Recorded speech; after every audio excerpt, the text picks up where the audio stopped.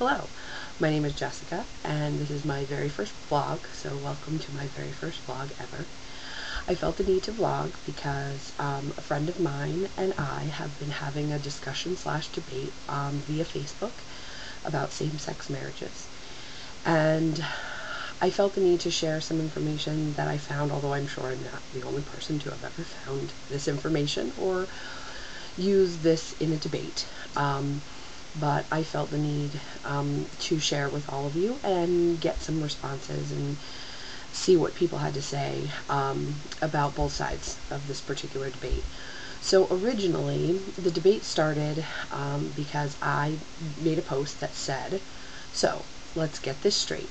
Charlie Sheen can make a porn family. Kelsey Grammer ended his 15-year marriage over the phone. Larry King is on divorce number 9.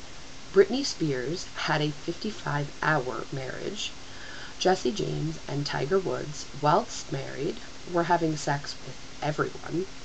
But somehow, it is same-sex marriage that is going to destroy the institution of marriage. Really? And then, while looking up some other things, I found a little poster that said, if the fetus you save is gay, will you continue to protect its rights? And a few people bantered back and forth, why should you care, blah, blah, blah. And then a friend of mine and I started really having a little bit of a debate, and he told me that basically what I was doing was a bait and switch. And I said, no, not a bait and switch. You are denying them the right that other people have. They deserve the same rights as straight people, just like women deserve the same rights as men, or blacks deserve the same rights as whites. And so my friend asked me to define rights, please. And I said, all right, well, I looked it up. I took a little gander onto the internet to see what the normal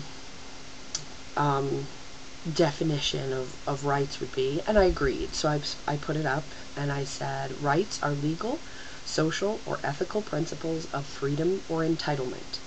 That is, rights are the fundamental normative rules about what is allowed of people or owed to people according to some legal system, social convention, or ethical theory. And my friend proceeds to say, yes, but that ethical theory is just a theory, and, beginning of the basic right to life is one thing, but what we do after that and how we live our lives is a totally different other thing. And he said, I'll read you what he wrote. He said, there are a few different ways to see this in practice. First, where do rights come from? If we say the government, then we understand a few things about ethical theory. First, we do not deny 12-year-olds the right to drive or to smoke crack. Why? Because that right never existed. So in order to deny a right, it has to be in existence in the first place. And I get that. And then he says, that gets us to a different discussion. How do governments and people determine rights? They are different in different countries, correct? Well, let's use the U.S. as a standard. Rights are founded on a few principles. As a republic, certain laws and rights are supposed to be in effect to protect society and its foundations, which I've already addressed in my very first post. Other rights and laws are determined to be beneficial to society as a whole and then written into law, either by elected officials or propositions.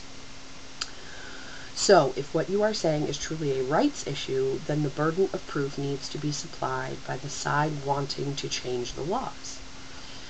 And then he states basically that what I'm bringing up is not a rights issue. And so the real reason for this whole vlog is my debate thereafter, my statements thereafter. It's a little lengthy, so please bear with me. I said, yes, it is. And no one should have to prove their right to love who they love, or why they should be able to pledge themselves to that person in a way that allows them to have the same rights as someone else. I have been given the right to marry a man. Why should I not be given the right to marry a woman if I so choose?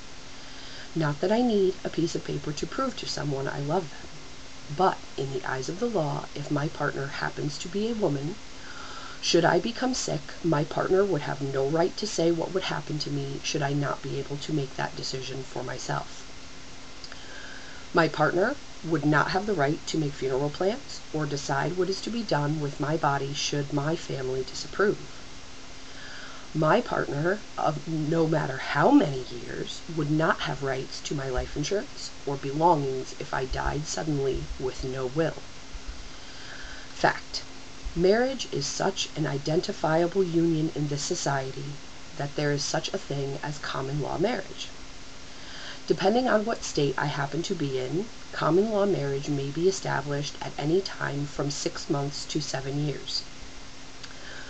Just living together for a set amount of time constitutes common law marriage. Even if he beats me, or is a crackhead, or sleeps with other people, or if we are swingers, but not if I am with someone of the same sex, even if I love them and we are taking care of each other. Really? I honestly do not know why this is an issue at all. Why would the government have the right to tell me who I cannot marry? I understand why a Catholic priest would not marry us, but not why the government has the right to tell me who I can and cannot marry. I refer now to the Universal Declaration of Human Rights,